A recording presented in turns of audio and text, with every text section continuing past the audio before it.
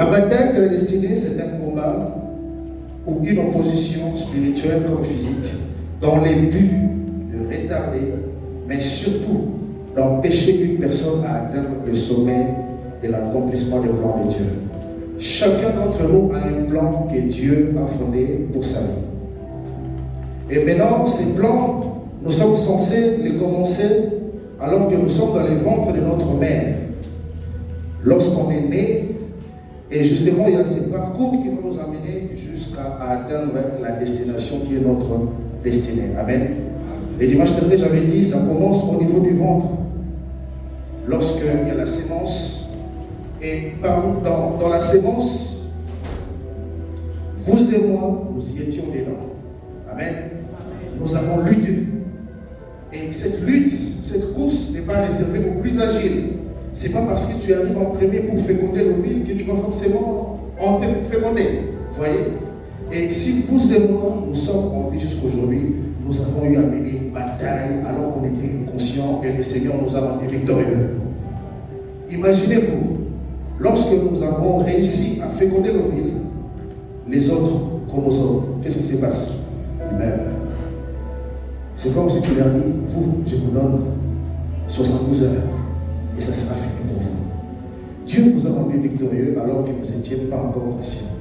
Pensez-vous aujourd'hui, vous l'avez même reçu comme Seigneur et Sauveur. En ce moment-là, on ne savait même pas nous si tu allais être parmi nous, mais le Seigneur t'a rendu victorieux. Alors aujourd'hui, j'aimerais dire à quelqu'un d'arrêter d'avoir peur.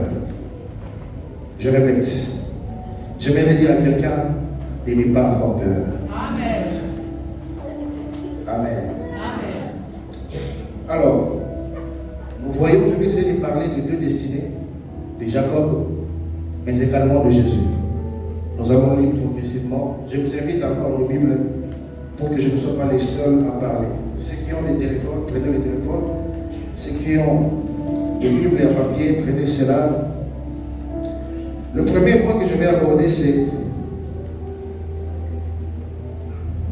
Alors, mon premier point, sur la bataille de la destinée, ou dans les parcours que nous avons vers notre destinée, la première des choses qu'on doit chercher à avoir, c'est avoir l'information prophétique de Dieu sur ta vie. C'est ça notre premier point, notez cela. Avoir l'information prophétique de Dieu sur ta vie. C'est-à-dire, ce que Dieu a dit pour ta vie, mais aussi pour la vie des enfants, pour ceux qui sont parents et pour ceux qui sont des futurs parents. Il ne faut pas attendre de devenir parent pour prier pour sa descendance. Amen. Vous allez comprendre cela tout à l'heure. Nous sommes dans Genèse chapitre 25, verset 22. Et nous allons descendre au fur et à mesure. Nous allons parler de la part du Seigneur. Celui qui trouve peut nous aider avec la lecture. Et quelqu'un d'autre peut me préparer Luc chapitre 1, verset 30. Nous sommes d'abord dans Genèse chapitre 25, verset 22. Genèse chapitre 25, verset 22. Et on va descendre au fur et à mesure. Le titre, la mort d'Abraham.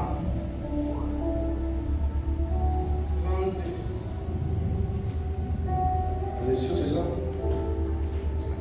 Le titre est prospérité d'Isaac. Merci. Les enfants, c'est Hervé dans son sein. Ici, Rebecca tombe enceinte. On y va. Les enfants se Et terminent. elle dit, s'il en est ainsi, pourquoi suis-je enceinte? Elle alla consulter l'Éternel. Elle alla consulter l'Éternel. Soulignez. Et l'Éternel lui dit, des nations sont dans ton ventre, et deux peuples se sépareront aux sorties de tes entrailles.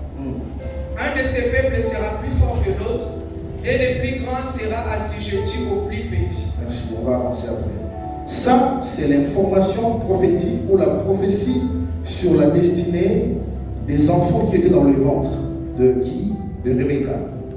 Il a senti qu'il y a vraiment, on dirait, une sorte de bataille dans le ventre. Il s'est dit, qu'est-ce qui se passe? elle alla consulter l'Éternel. Et qu'est-ce que l'Éternel lui dit? Il lui dit, 2 nations sont dans ton ventre. 2 peuples se sépareront, vous avez sous nos yeux, je paraphrase, et l'un de ces peuples sera plus fort que l'autre. Le plus grand va assujettir le plus petit. On veut dire le plus grand, plutôt le plus petit. Le plus grand sera assujetti, voilà, au plus petit. On veut dire le plus grand sera dominé par le plus petit. Rebecca a reçu l'information prophétique sur la vie de l'enfant.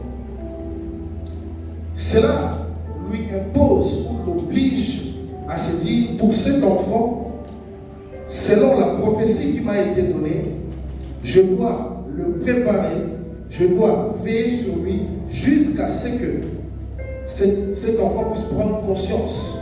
Parce que aussi longtemps, l'enfant n'a pas pris conscience de sa destinée, Rebecca n'allait pas lâcher la prise. Vous allez constater ça par la suite. Amen. Et même pour Jésus, Marie, nous sommes dans Luc chapitre 1, verset 30. Pour Rebecca, elle a reçu l'information. J'aimerais dire une chose. Dieu passe très souvent par les parents pour informer, et souvent c'est les mamans. Amen. Dieu passe souvent par eux pour libérer les informations prophétiques dans la vie des enfants. Pour la vie d'Abraham, plutôt de Jacob, Dieu est passé par qui? Rebecca. Et pour Jésus, l'ange est passé par qui? Par Marie. Nous allons lire, nous allons reprendre ça. Luc chapitre 1, verset 30. Luc 1, chapitre 30, la Bible nous dit. L'ange lui dit, ne crains point Marie, car tu as trouvé grâce devant Dieu. Amen. On va commencer. Continue. Oui. Et voici, tu deviendras enceinte. Tu deviendras enceinte. Et tu enfanteras un fils. Tu enfanteras un fils. On Et parle dans le futur. Tu lui donneras le nom de Jésus. Tu lui donnes, c'est toujours dans le futur. La prophétie, c'est quelque chose qu'on annonce pour le futur. Ah, ce n'est pas traîner dans, je vois les chaussures les bleues, je vois les sourcils de votre femme. Je parle d'annoncer la chose qui va arriver. Amen. Et c'est ce que Dieu était en train de révéler par l'ange à qui? À Marie. Vous allez comprendre par la grâce de Dieu. Permettez-moi de dire vous allez. Moi-même je suis dedans. Mais quand je dis vous allez, je n'exclus pas. Amen. Nous allons comprendre quelque chose ici. Et la suite, c'est le verset 22. Qu'est-ce qu'elle a nous dit? Désolé, maman Rachel. Vous pouvez rester assis au cas où si vous. Il sera grand et sera appelé fils. Il sera grand et il sera appelé fils du Très-Haut. Et le Seigneur Dieu lui donnera le trône de Dieu, son Père. Il régnera sur la maison de Jacob éternellement. Et son règne n'aura point de fin. Toutes ces choses, qui était en train d'entendre ça? C'est Marie. C'est qui? C'est Marie. Pour l'importance d'avoir l'information prophétique, vous, les mamans, vous ne donnez pas qu'une naissance physique, vous engendrez des destinées. Vous engendrez des destinées. Raison pour laquelle nous sommes en train de voir dans notre génération quelqu'un qui dit je ne suis pas né dans mon corps. Or, Dieu veut t'appeler mon fils. Toi tu dis non, je ne suis pas ton fils, je suis ta fille. Or, Dieu s'est trompé. Tout part de l'information prophétique que vous avez reçue. Cela est valable même spirituellement. Pour notre papa, j'ai des choses que Dieu m'a dit au travers de lui. Et je suis en train de me positionner en fonction de cela. Mon grand-père biologique, qui est aussi mon père, il est aussi pasteur dans Fébako. Il m'a dit aussi des choses que je sais par rapport à ma destinée. Et à une certaine maturité, je commence à me positionner en fonction de cela. N'est-ce pas, nous tous ici, on partait à l'église parce que maman va s'énerver à un moment. Oui. Vous voyez? Écoutez, il faut forcer les enfants à être dans la voie de Dieu. Amen. Jusqu'à ce qu'ils vont atteindre une certaine maturité. Regarde aujourd'hui, même s'il n'y a pas de train, tu fais des sortes que ça arrive. Pourquoi? Parce qu'il y a une sorte de base qui a été mise. Je ne suis pas en train de dire que nous tous nous allons devenir pasteurs, nous allons devenir ceci, cela, mais être un enfant de Dieu. Parce qu'il est possible de crier crier ici devant, mais avoir un cœur qui n'est pas un cœur d'enfant de Dieu. Amen. Et ici, je vais le lire en disant ceci. Si pour la destinée de Jésus, Dieu a parlé à sa mère, et alors pour la destinée de chacun d'entre nous, ou pour notre descendance,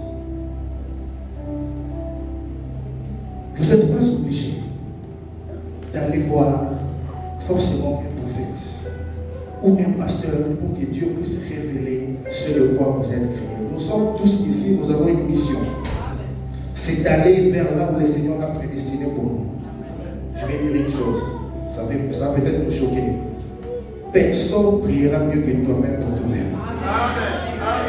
Si tu ne te lèves pas dans la prière,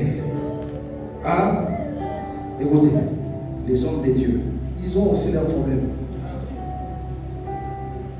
Je ne dis pas qu'il ne faut pas se confier à eux. Même moi-même, sur les gars, papa, il sait. Déjà, j'étais même hier, il était en train de me dire, sois fort. Vous voyez? Mais, n'oubliez pas, les combats se lèveront. Les hommes qui sont appelés à des grandes destinées, comme Jésus, comme Jacob, ils ont été comment? Combattus. Jacob était prédestiné à devenir Israël. Jésus-Christ était prédestiné à devenir le sauveur de l'humanité. Mais eux deux, Dieu est passé par qui? Pour informer. Par la maman. Les gens pensent que le combat de Jésus a commencé lorsque Jésus-Christ est né. Non. On l'appelle Vierge Gay. Vierge Marie, n'est-ce pas? Par la pression des gens, elle pouvait avorter. Pourquoi? L'ange est allé à Paris, à Paris, je voulais dire, à son fiancé, parce que son fiancé, elle ne croyait pas. Les hommes, vous me regardez comme ça, si votre femme vous dit, c'est procès, c'est pour le Saint-Esprit, vous n'allez pas croire. Donc, il ne faut pas en vouloir à Joseph, à qui? Son fiancé, Joseph. Et toutes ces pressions, elle pouvait s'en débarrasser. C'est pour ça que l'ange a commencé par n'ayez pas peur. Par la suite, il lui donne les informations. Amen. Maintenant, suivez-moi très bien parce que je vais parler de deux histoires, de Jacob et de Jésus. Mais il y a un point similaire de ça, c'est que Dieu est passé par qui pour les informer? Les parents. Enfants, fils, filles, vous êtes ici. Tant que vous n'avez pas atteint la maturité spirituelle, et même si vous les gagnez, il est important d'avoir des orientations spirituelles sur les gens qui vous ont engendré. Que ce soit physiquement ou spirituellement. C'est pour ça qu'on dit le disciple est comme son maître, et non plus que son maître. C'est pour dire, même si aujourd'hui tu fais 100 mètres en 3 secondes, ton père n'arrive pas à faire 100 mètres, cela ne signifie pas que tu es plus que lui, parce que tu es passé par lui. Amen. Nous allons parler de la naissance d'Ésaü et Jacob. Nous continuons dans le verset 25. Genèse, chapitre 25, verset 25.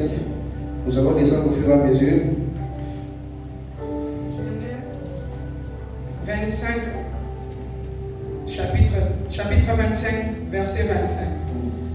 Le premier sortit entièrement roux. Ici, juste pour remettre le contexte, ici Dieu a parlé par rapport à la prophétie des enfants qui sont dans les ventres de Rebecca. Maintenant, ici, c'était lors de la naissance. Qu'est-ce qui se passe? Les premiers sortis entièrement roux, oui, comme un manteau de poils.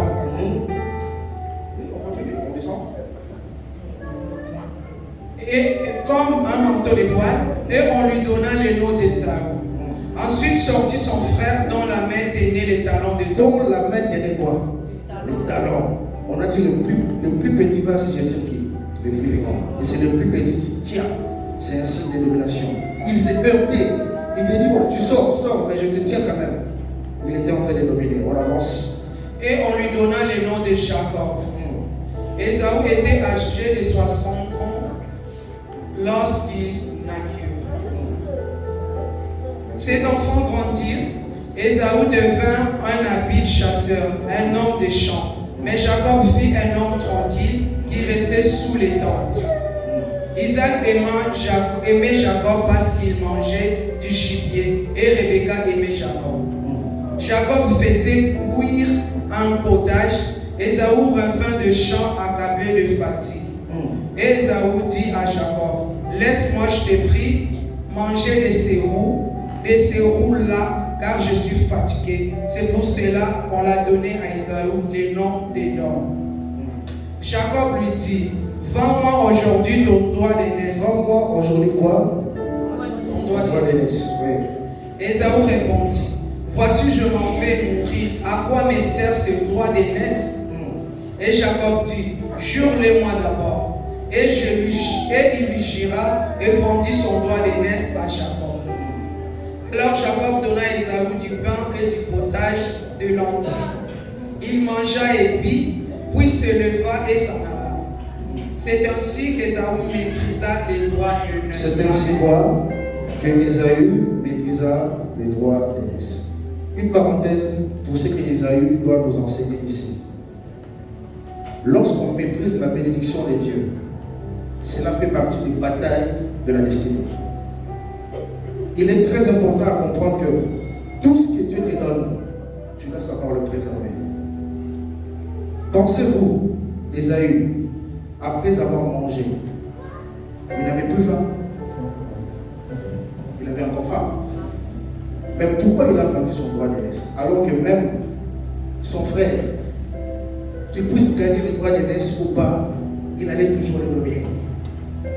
Aujourd'hui, nous sommes en train de voir plusieurs personnes perdre ce qui est le plus important à cause de ce qui est éphémère.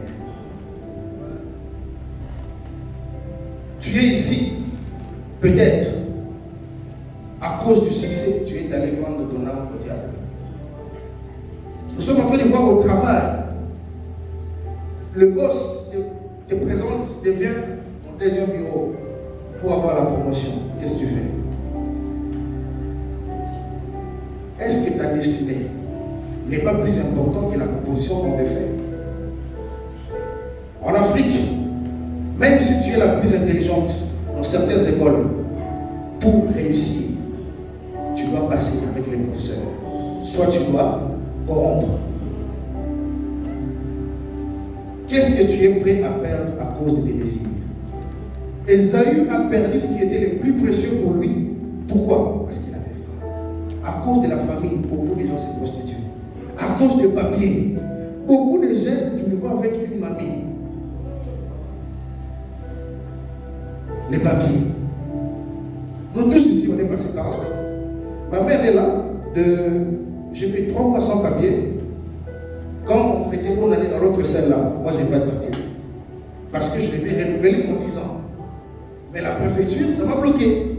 Jusqu'à ce que Dieu, voilà, c'est un témoignage, j'ai pas le temps de témoigner. Et ils m'ont renouvelé. Donc, ce que tu as aujourd'hui n'est pas plus important que ta destinée. Comme ta destinée te dit que tu dois voyager, tu dois aller partout prêcher l'évangile, le Seigneur va frayer le chemin pour que tu puisses avoir tes papiers.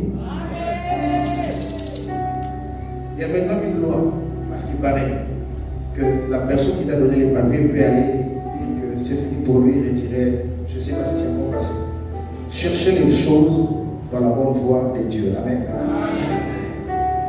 Maintenant, ici, Ésaü a vendu son droit d'aînesse. Nous sommes arrivés maintenant au moment où Isaac devait bénir les enfants. Et qu'est-ce qui se passe? Nous allons les lire, mais nous allons aller un peu vite là-dessus. Après avoir eu l'information prophétique sur l'enfant, en ce moment-là, Rebecca savait que Isaac n'était pas au courant de cette information-là. Parce qu'ils n'ont pas dit Rebecca et Isaac allaient chercher l'Éternel. C'est Rebecca qui était partie tout seul. Et il était au courant, justement. C'est qui allait assaisir l'autre? C'est le plus petit. Et arrivé maintenant au moment où la bénédiction de le père Isaac devait descendre sur les enfants, Isaac, dans la logique, il devait bénir les plus grands, parce qu'on laisse l'héritage aux plus grands. Mais spirituellement, prophétiquement, cette bénédiction était prédestinée à Jacob. Vous voyez? Et arrivé devant le père, qu'est-ce qu'il dit? La mère, je vais les lire et on va aller un peu vite pour lire pour avancer par la suite. Nous sommes dans Genèse chapitre 27.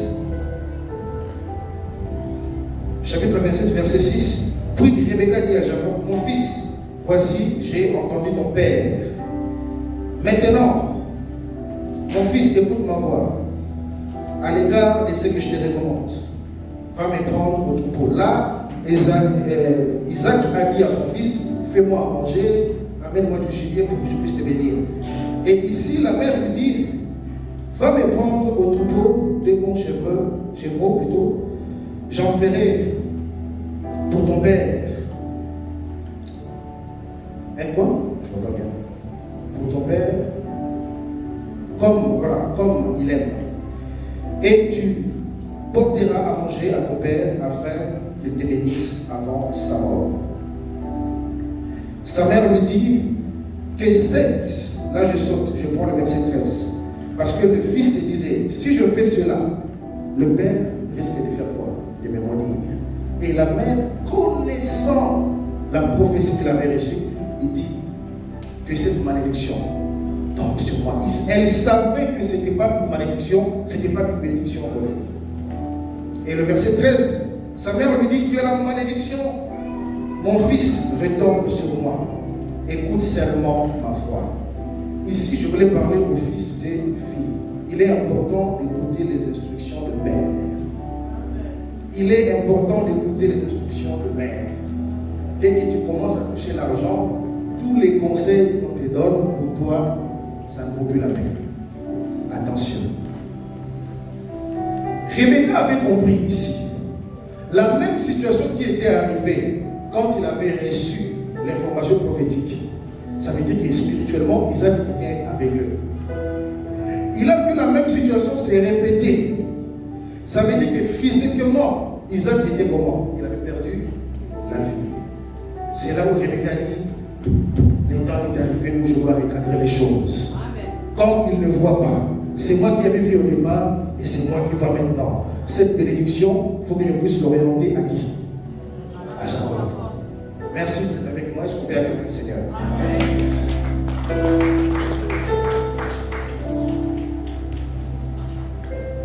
Nous allons sauter maintenant. Jacob arrive devant son père pour recevoir la bénédiction. Est-ce qu'on peut prendre Genèse chapitre 27, verset 15? J'avais dit on va conclure. On n'est pas parlé comme si je relatais l'histoire. On commence. Genèse chapitre 27. Verset 15. Non, vraiment 23, pardon. 23. Ouais, 27, verset 23. Ouais. Il ne les reconnut pas parce que le main était venu comme le main des hommes. Et il le bénit. On y va, 28. 28. Que Dieu te donne de la rosée du ciel. Attendez. Juste avant qu'on puisse recevoir la bénédiction, lorsqu'il est arrivé, son père ne l'a pas reconnu. Pourquoi? Parce qu'il était aveuglé comment? Physiquement. Et lorsqu'il est arrivé devant le père maintenant voulait le bénir. Qu'est-ce que le père dit? Que Dieu te donne de la rosée du ciel. Que Dieu te donne de la rosée du ciel. Du bleu et du vin en abondance. Que des peuples te soient soumis et que des nations se prosternent devant toi. Sois le maître de tes frères et que le fils de ta mère se prosterne devant toi. Maudit soit quiconque te maudira et béni soit quiconque te bénira. Parole du Seigneur. Ici, la bénédiction arrive au bon endroit. Cette bénédiction tombe sur qui? Sur Jacob. Et maintenant, j'aimerais dire à quelqu'un, je ne suis pas en train de nous dire ici d'aller voler la bénédiction des gens. Ici, c'est la mère qui a orienté les choses. Je ne dis pas qu'il faut aller arracher le mariage des gens ici. Non. Tu auras des soucis.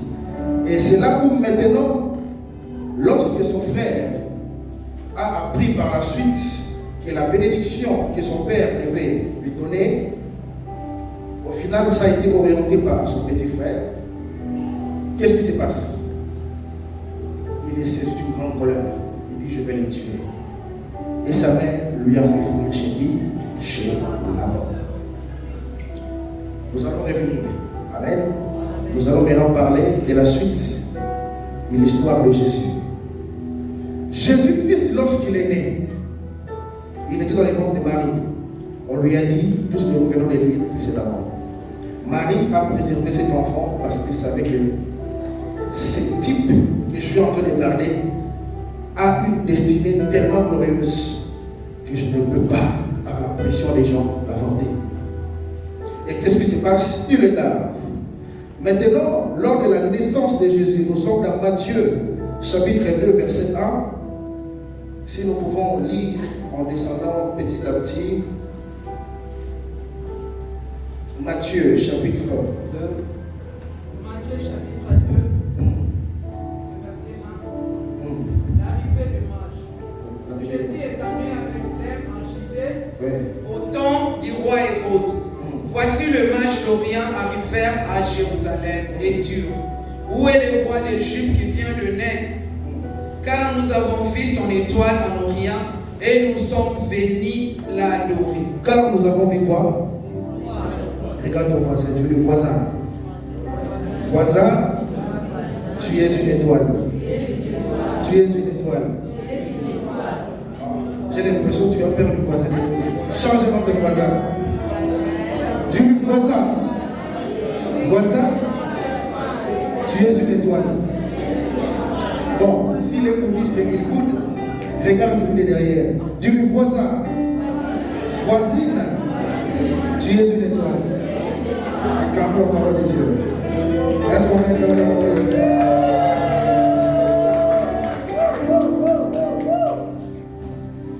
La Bible dit ceci.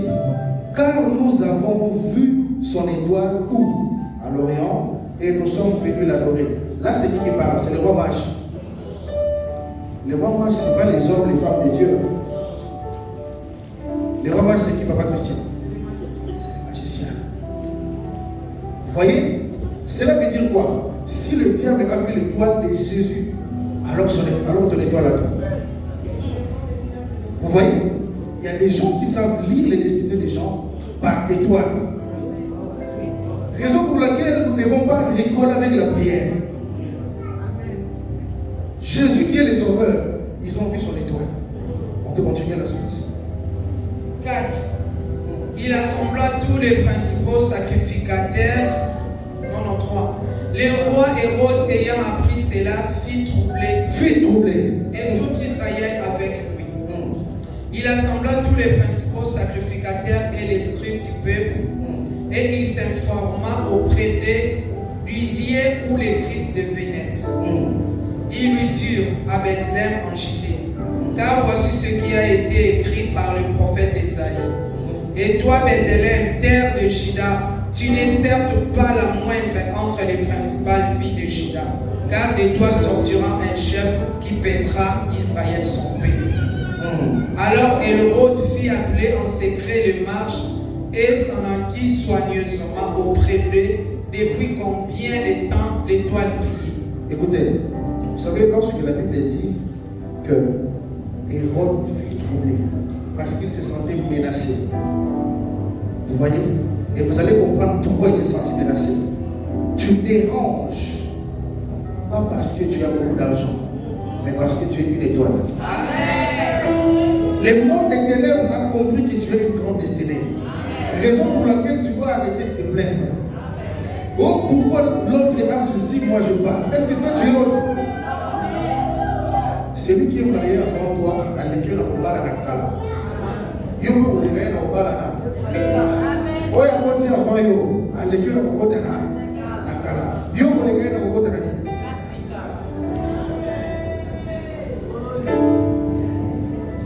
Il est important de comprendre. Toute personne qui a une destinée, le diable a pour le but, premièrement, soit de te faire stagner, soit de te faire reculer. Or, la Bible dit, nous ne sommes pas de ceux qui abandonnent pour se perdre. Dieu nous appelle à avancer. À avancer. Aussi longtemps tu avances, tu te rapproches de ta destinée. On peut continuer. Verset 7. Non,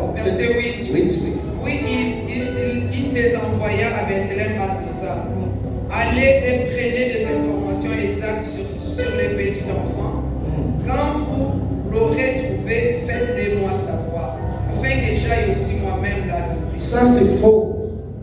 Vous savez pourquoi je dis c'est faux? Parce que le roi avait une mauvaise idée dans sa tête.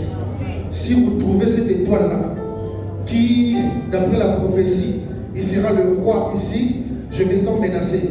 Dites-moi, pour que je vienne aussi l'adorer. Non. Pour lui, il voulait venir voir Jésus pour faire quoi? Continue. Après avoir entendu le roi, ils partirent, et voici l'étoile qui avait vu en Orient aller devant eux jusqu'au moment où arrivait au-dessus du lieu où étaient les petits enfants. Elle s'arrêta. Quand ils aperçurent l'étoile, ils furent saisis d'une très grande joie. Ils entrèrent dans la maison, virent les petits enfants avec Marie sa mère, se prosternèrent et l'adorèrent. Et ils ouvrirent ensuite leur trésor et lui offrirent au présent de l'or, de l'encens, de la myrrhe. On saute, on prend le verset 16. Vous êtes avec nous? Verset 16. 16, le titre. Hérode massacre les enfants. Oui, oui. Ah, Hérode fait quoi? Massacre les enfants innocents. Innocent. À cause de qui? Parce qu'il voulait tuer Jésus. Écoutez. De la même manière, avant que tu puisses féconder, ça causer la mort des gens, pour ta destinée, c'est possible que ça cause aussi la mort des autres personnes. Cela a commencé depuis le ventre. On y va. Alors Hérode voyant qu'il avait été joué par des mages, se mit dans une grande colère. Et il envoya tuer tous les enfants de 2 ans et au-dessus qui étaient à Bethléem. Et dans tout son territoire, selon la date dont il s'était soigneusement enquis auprès des mages. Ah, écoutez, parfois, tu es combattu. Mais en fait, je ne suis pas en train de vous dire que le combat que nous sommes en train de mener, on doit nous contenter de ça. Mais parfois, il faut se dire, c'est pas pour rien le diable de combat. C'est pas pour rien que c'est difficile. Écoutez le message, entendre quelqu'un témoigner, c'est beau, hein? Mais écrire un message, un témoignage, je voulais dire, construire un témoignage, c'en est l'autre. Ici, Jésus-Christ a été menacé jusqu'au point où ils ont voulu tuer les enfants. J'aimerais dire une chose. Au moins que tu ne puisses pas avoir une destinée. Aussi longtemps que tu as une destinée, tu as un endroit où tu dois aller, tu seras combattu. Amen. Mais j'aime la suite. Mais jamais.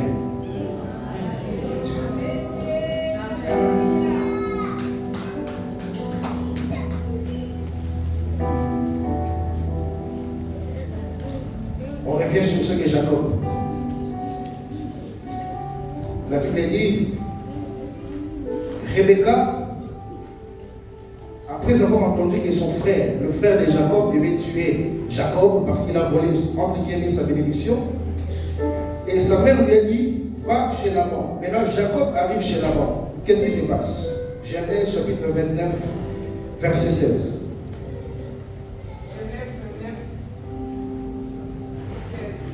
Oui.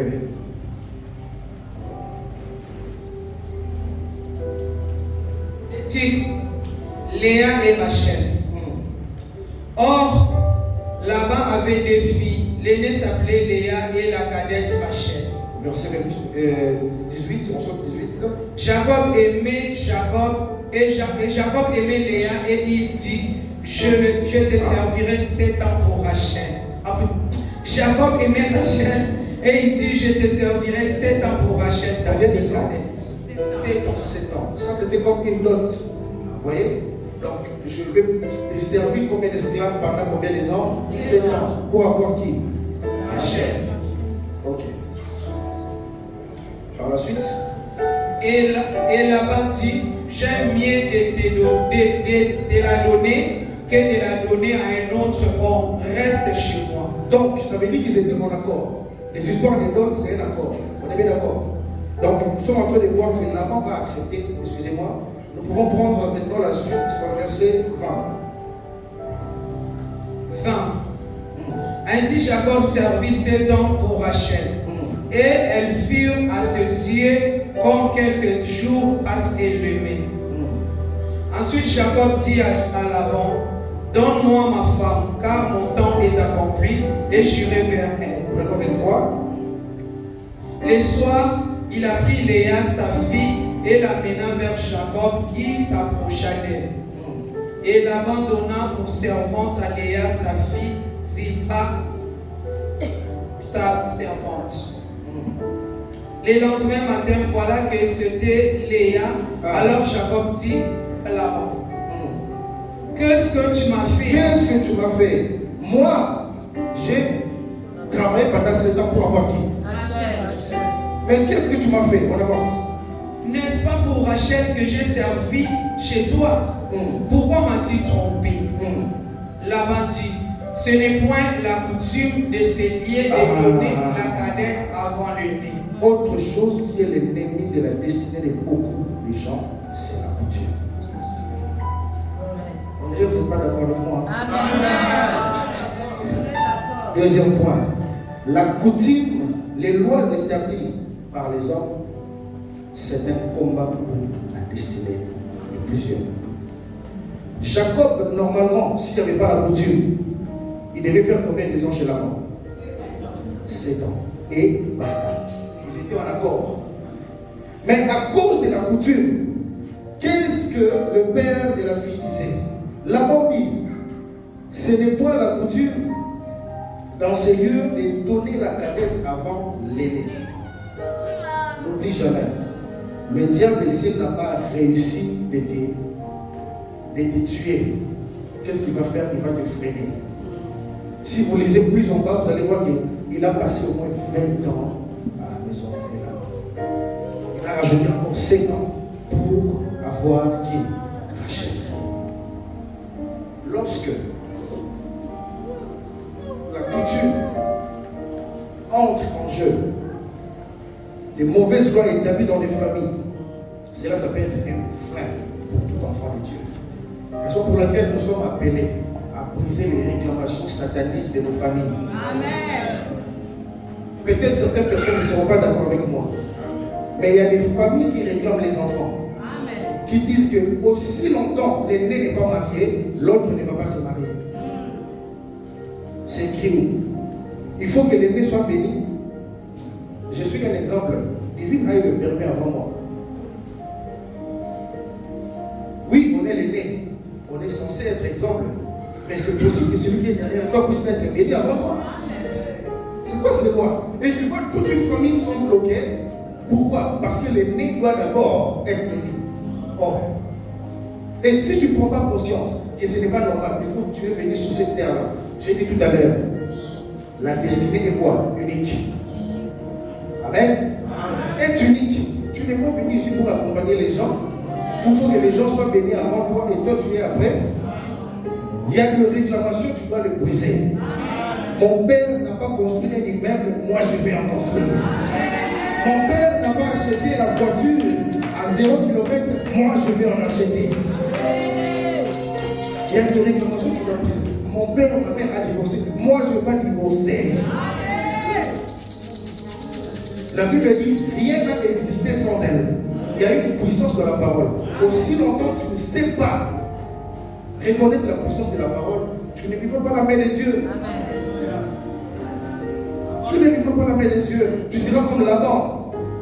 L'un des combats de la destinée que Laban a connu, c'est le choix de l'époux, de l'épouse.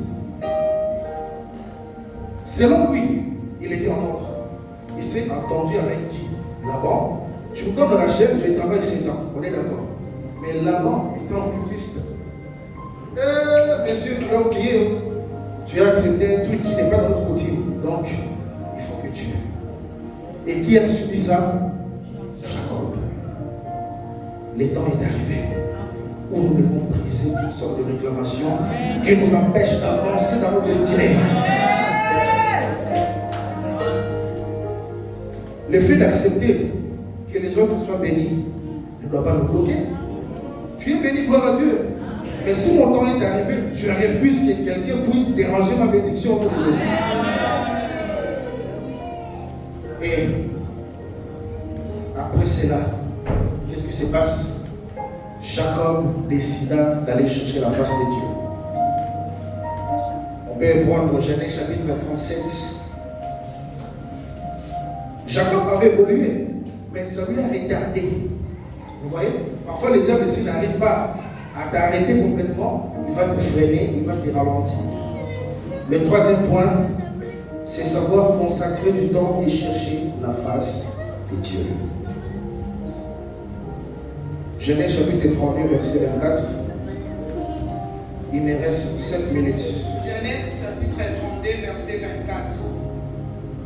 Le titre, Jacob à Péniel.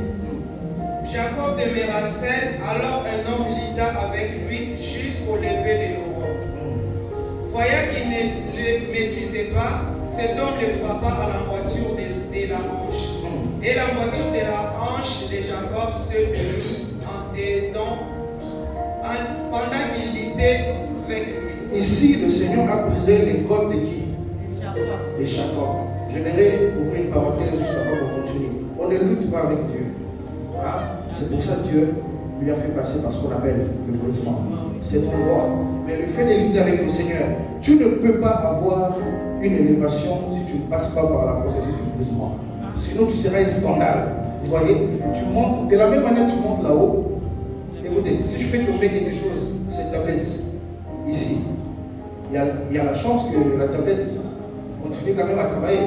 Si je monte au 15e étage, je jette la tablette. Qu'est-ce qui va se passer?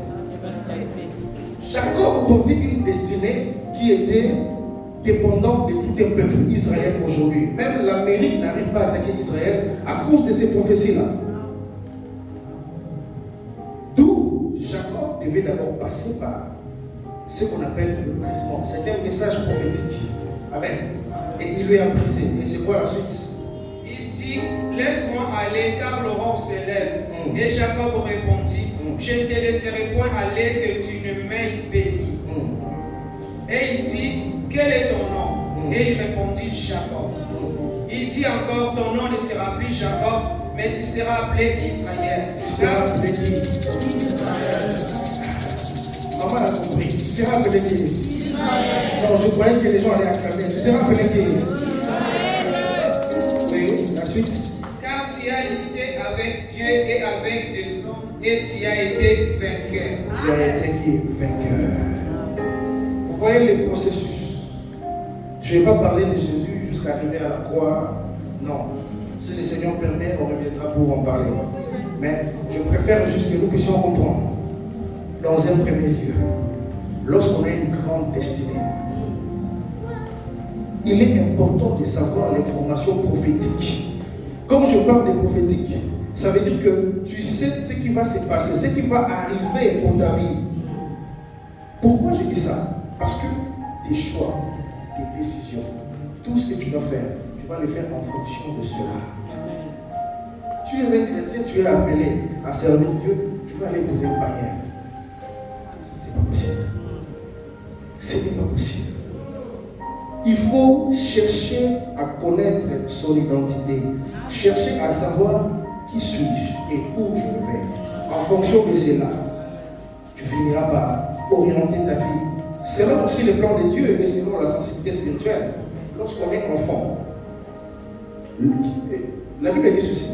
Aussi longtemps, un héritier est encore un enfant. Ne se diffère pas de qui? De l'esclave. Cela veut dire que c'est le rôle des parents qui avons reçu l'information prophétique d'encadrer. Et une fois l'héritier maintenant devient mature comme Jacob, il est allé chercher la face de Dieu. C'est là que Dieu a changé son nom en Israël. Amen. C'est quoi ta destinée? Qu'est-ce que Dieu t'a dit où tu dois aller? Qu'est-ce que Dieu... Écoutez, il n'est jamais trop tard. Si tu conduis ta vie parce qu'il faut seulement vivre, il faut seulement dormir, il faut seulement se réveiller, le temps est arrivé, il faut consulter le Seigneur et savoir où tu vas.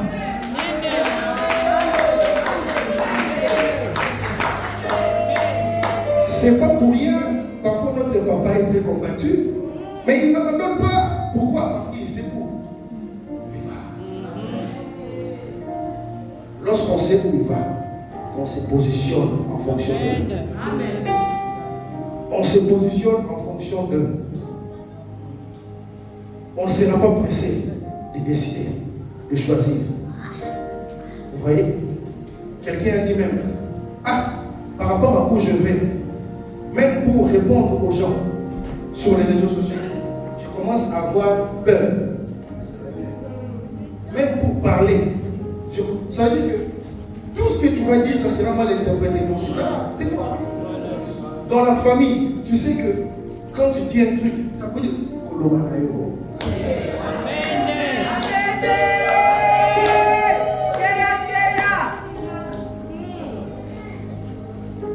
Lorsque quelqu'un ne t'aime pas, tu peux tout faire. Il ne t'aimera pas.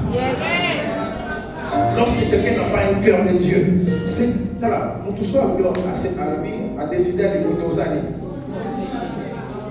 Ça c'est vrai. Tu risqueras de perdre le temps. D'essayer d'avancer avec des hommes et des femmes que Dieu t'a donnés. Je m'en vais pour conclure en disant ceci. Sur le chemin de ta destinée, tu auras des combats. Le diable ne te laissera pas tranquille. Tant que tu ne fais pas partie de son plan, il cherchera à te tirer vers lui. David a été combattu. Joseph, Moïse et Jésus-Christ. Jacob également. Mais il faut tenir bon. Cherche à savoir les informations prophétiques sur ta destinée et à celle de tes enfants. Il n'est jamais trop tard. Tu peux le faire même maintenant. Ou ce soir, en rentrant à la maison. Il est important de savoir tous tes choix, toutes tes décisions auront de l'impact directement ou indirectement sur ta destinée. Veille sur ta bouche. Papa nous a parlé ici. Il faut veiller sur la bouche et sur sa langue pour éviter des angoisses. Parfois tu es angoissé, tu parles trop.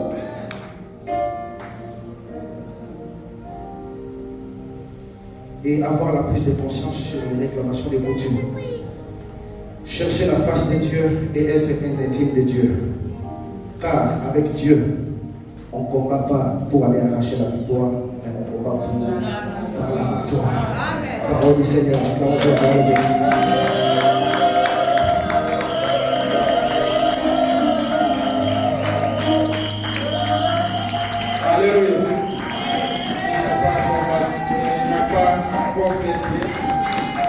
C'est tellement profond. C'est tellement profond, édifiant. On se lève pour pas prier. Amen. Chacun a reçu sa part. La destinée. J'ai vu quelque part lorsqu'il parle de Jacob qui va aller dérouter et rentrer dans les coutumes. Andi m'a fait sous 7 ans. À comment il m'a beaucoup. Et qu'on l'a fait canaillon. Malgré ça, mais au contraire, n'a pas l'eau y a coutume ma famille. Et va réclamer parce que tu avais accepté. Va réclamer parce que aux projets à capter la coutume. Au bien à Yesu, au bien na coutume. Destinée, chacun est très bon destiné. Que la parole nous aide. Et réveillons-nous dans la prière. Les parents, les responsables, priez pour les destinées de vos familles, de vos enfants. Sans révélation. Parce que Marie a eu la future de Jésus. Parce que Rebecca a eu la révélation sur Jacob, elle avait veillé à 10 révélations pour tes enfants. On a dit comme un médecin, et pourquoi orienter les enfants dans des mauvais choix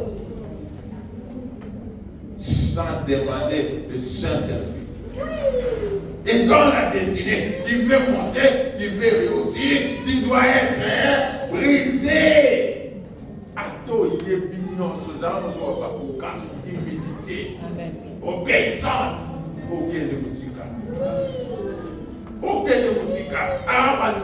ata banganga basangane.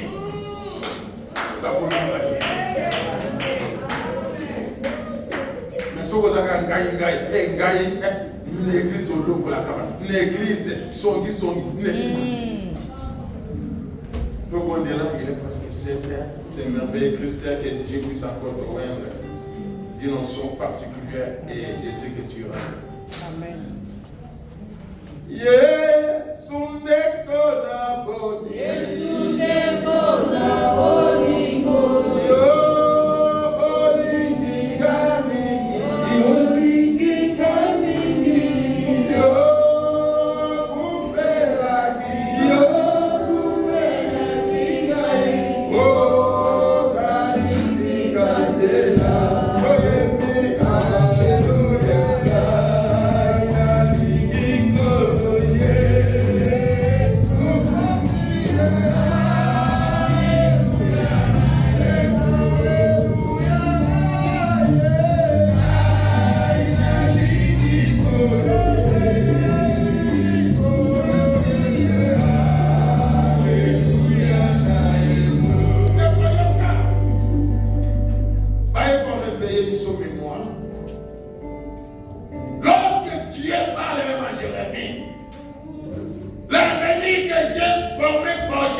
Vis-à-vis de toi, ce n'est pas un avenir de malheur, mais c'est de bonheur.